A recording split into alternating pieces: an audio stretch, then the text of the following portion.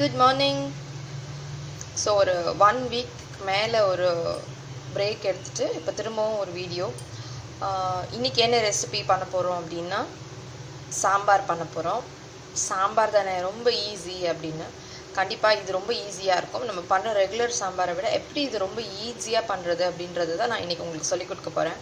இப்போ வந்து காலையில் நம்ம எழுந்திரிச்சு அவசரம் பண்ணுறப்போ சாம்பாரை பை ப்ரொசீஜர் நம்ம பண்ணுறது கொஞ்சம் கஷ்டமாகவும் இருக்கும் சில நேரங்களில். ஸோ அந்த மாதிரி டைமில் எப்படி சாம்பாரை ரொம்ப ஈஸியாக ப்ரெஷர் குக்கர்லேயே பண்ணுறது மத்தியான சாப்பாட்டுக்கு அப்படின்றத நான் உங்களுக்கு சொல்லித்தரேன். ஸோ அதுக்கு நான் இன்றைக்கி எடுத்துருக்க வெஜிடபிள் பீன்ஸ் அண்ட் கேரட், வெங்காயம், தக்காளி, பச்சை மிளகாய் இது எல்லாத்தையுமே நான் கட் பண்ணி வச்சுருக்கேன். நான் இன்றைக்கி பெரிய வெங்காயம் இருந்ததுனால பெரிய வெங்காயம் போட்டிருக்கேன். உங்களுக்கு சின்ன வெங்காயம் கிடச்சதுன்னா நீங்கள் தாராளமாக சின்ன வெங்காயம் ஆட் பண்ணிக்கலாம். ஸோ இதெல்லாம் தான் நம்ம ஆட் பண்ணுற வெஜிடபிள்ஸ். ஸோ அடுத்தது துவரம்பருப்பு. வெறும் பியூராக துவரம்பருப்பில் மட்டும்தான் நம்ம இது வைக்க போகிறோம். ஸோ இந்த துவரம்பருப்பை ஒரு அரை மணி நேரம் நல்லா ஊற போட்டுருங்க தண்ணியில். அதுக்கப்புறம் வாஷ் பண்ணிவிட்டு இந்த மாதிரி நல்லா தண்ணி விட்டு அடுப்பில் வச்சுக்கோங்க. ஏன் அந்த அரை மணி நேரம் நம்ம ஊற போடுறோம் அப்படின்னா பருப்பு வந்து ரொம்ப சீக்கிரம் அந்த வெஜிடபிளோடவே சேர்ந்து வெந்துடும். இல்லைன்னா வெஜிடபிள் ரொம்ப நிறைய வெந்த மாதிரியும் பருப்பு வந்து ரொம்ப கம்மியாக வெந்த மாதிரியும் இருக்கும். ஸோ வந்து அதனால் அந்த சோக்கிங் டைம் அதுக்கு தேவைப்படும். ஸோ அதனால் ஒரு அரை மணி நேரம் காலையில் நீங்கள் எந்த உடனே அதை ஊற விட்டுட்டீங்க அப்படின்னா அதுக்கப்புறம் ஒரு 1/2 hour 20 minutes அப்புறம் நீங்கள் இதை அடுப்பில் வச்சிடலாம். ஸோ இப்போ நான் இதை அடுப்பில் வச்சுட்டேன். இது கூட இப்போ நான் மஞ்சள் பொடி ஆட் பண்ண போகிறேன். வெஜிடபிள்ஸ், பருப்பு, மஞ்சள் பொடி எல்லாத்தையும் போட்டு நான் இப்போ ப்ரெஷர் குக் பண்ண போகிறேன். ஸோ 3 விசில் ப்ரெஷர் குக் பண்ணதுக்கப்புறம் ஓப்பன் பண்ணுறேன். ஸோ பார்த்தீங்கன்னா இப்போ நல்லா வெந்திருக்கு பருப்பு, வெஜிடபிள்ஸ் எல்லாமே. ஸோ தண்ணி கொஞ்சம் கூட எக்ஸ்ட்ரா வைக்கல பாருங்கள். அது மாதிரி தண்ணி எக்ஸ்ட்ரா இருக்க வேண்டாம். ஸோ இப்போ இதை நல்லா இப்படி கடைஞ்சி விட்டிங்கன்னா பருப்பு நல்லா மசிஞ்சிடும்.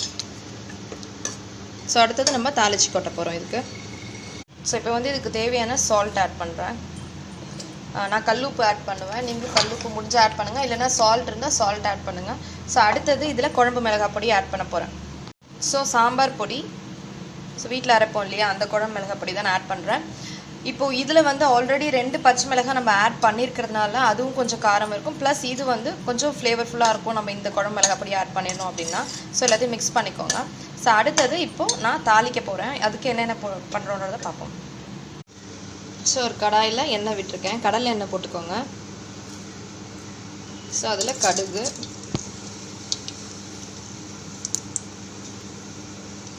கடுகோடு சேர்த்து வெந்தயம். ஸோ இதில் நம்ம வெங்காயம், தக்காளி எதுவும் ஆட் பண்ணலை. ஏன்னா நம்ம சாம்பார் வேக போடுறதுலேயே வெங்காயம், தக்காளி எல்லாம் ஆட் பண்ணியாச்சு. ஸோ இப்போ கடுகு, வெந்தயம் தாளிச்சிருக்கேன். கருவேப்பிலை போட்டுட்டு அதுக்கப்புறம் இந்த சாம்பாரை இதில் ஆட் பண்ணியிருக்கேன். ஸோ இப்போ இதில் குழம்பு மிளகாய் பொடி ஆட் பண்ணியிருக்கிறதுனால அதோட பச்சை வாசனை போகிற வரைக்கும் கொதிக்க விடுங்க. சும்மா ஒரு 5 நிமிஷம் விட்டிங்கன்னா கொஞ்சம் கொதி வந்துடும். அதுக்கப்புறம் இதில் நான் புளி ஆட் பண்ணல. புளிக்கு பதிலாக நம்ம இறக்கிறதுக்கு முன்னாடி நம்ம லெமன் ஜூஸ் ஒரு 1/2 lemon ஸ்க்வீஸ் பண்ணி அதோட ஜூஸை நம்ம ஆட் பண்ணுறோம். ஸோ இவ்வளோ தான் இந்த சாம்பார். ஸோ இப்போ சாம்பார் நல்லா கொதிச்சிருச்சு. ஒரு 5 நிமிஷம் கொதிக்க விடுங்க. அதுக்கப்புறம் கொஞ்சம் வெல்லம், ப்ரௌன் சுகர் நான் ஆட் பண்ணியிருக்கேன். போட்டு மிக்ஸ் பண்ணிக்கோங்க. ஸோ இப்போ இதில் நான் வந்து புளி எதுவும் ஆட் பண்ணாததுனால இப்போது இதில் ஒரு அரை லெமன் ஜூஸ், ஒரு சின்ன புளிப்புக்காக லெமன் ஜூஸ் இதில் ஆட் பண்ணுறேன். ஸோ லெமன் ஜூஸ் ஆட் பண்ணிட்டு கடைசியாக கொஞ்சமாக கீ ஆட் பண்ணிக்கோங்க. நல்ல வாசனையாக இருக்கும். கடைசியாக கொத்தமல்லி ஆட் பண்ணிவிட்டு அடுப்பை ஆஃப் பண்ணிடுறேன்.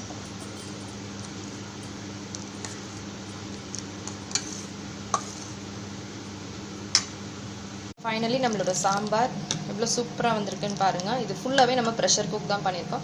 ஸோ இப்போ வெஜிடபிள்ஸ் ஆட் பண்ணுறது, இது வந்து பீன்ஸ் அண்ட் கேரட் கொஞ்சம் ஃபர்மான வெஜிடபிள்ஸ். இப்போ நீங்கள் கத்திரிக்காய் ஆட் பண்ணுறீங்க அப்படின்னா நீங்கள் எண்ணெயில் வதக்கி விட்டுருங்க. எண்ணெயில் நம்ம வெங்காயம், தக்காளி ஆட் பண்ணுவோம் இல்லையா, அந்த தாளிப்பு ஆட் பண்ணுறோம் இல்லையா, அந்த இடத்துல நீங்கள் வந்து கத்திரிக்காய் நல்லா வதக்கி ஆட் பண்ணிக்கலாம். மற்றபடி ஃபர்ம் வெஜிடபிள்ஸ் எல்லாத்தையுமே நீங்கள் பருப்போடு செஞ்சிங்கன்னா இப்போ பருப்பும் நல்லா வெந்திருக்கும், பீன்ஸ் கேரட்டும் நல்லா குழையாமல் அழகாக வெந்திருக்கு பாருங்கள். ஸோ அதோட ஷேப்பை வந்து அது ரீட்டைன் பண்ணியிருக்கு பாருங்கள். ஸோ ரொம்ப வாசனையாகவும் இருக்கும் இந்த சாம்பார். ப்ளஸ் இந்த சாம்பார் பவுடர் ரொம்ப ஆட் பண்ணிங்கன்னா ரொம்ப ஃப்ளேவர்ஃபுல்லாக இருக்கும்.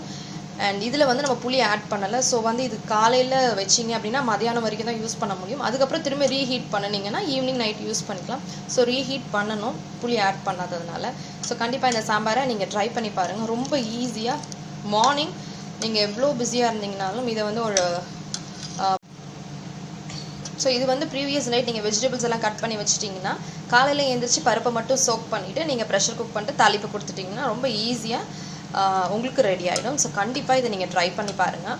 ட்ரை பண்ணி பார்த்துட்டு எப்படி இருக்குது அப்படின்றத எனக்கு கண்டிப்பாக சொல்லுங்கள். அண்ட் இந்த வீடியோ முடியறதுக்கு முன்னாடி ஃபீவர் ரொம்ப ஸ்ப்ரெட் ஆகிட்டுருக்கு. எங்கே பார்த்தாலும் பசங்களுக்கு ஃபீவர் இருக்குது. ஸோ முடிஞ்ச அளவுக்கு பசங்களுக்கு ஹாட் வாட்டர் கொடுங்க. அண்ட் வெளியில் போகிறப்போ கையில் தண்ணியை கண்டிப்பாக கொண்டுட்டு போங்க. அண்ட் கொசு இல்லாமல் பார்த்துக்கோங்க வீட்டில். ஸோ இது சொல்லணும்னு தோணுச்சு. ஸோ தேங்க்யூ ஃபார் வாட்சிங்.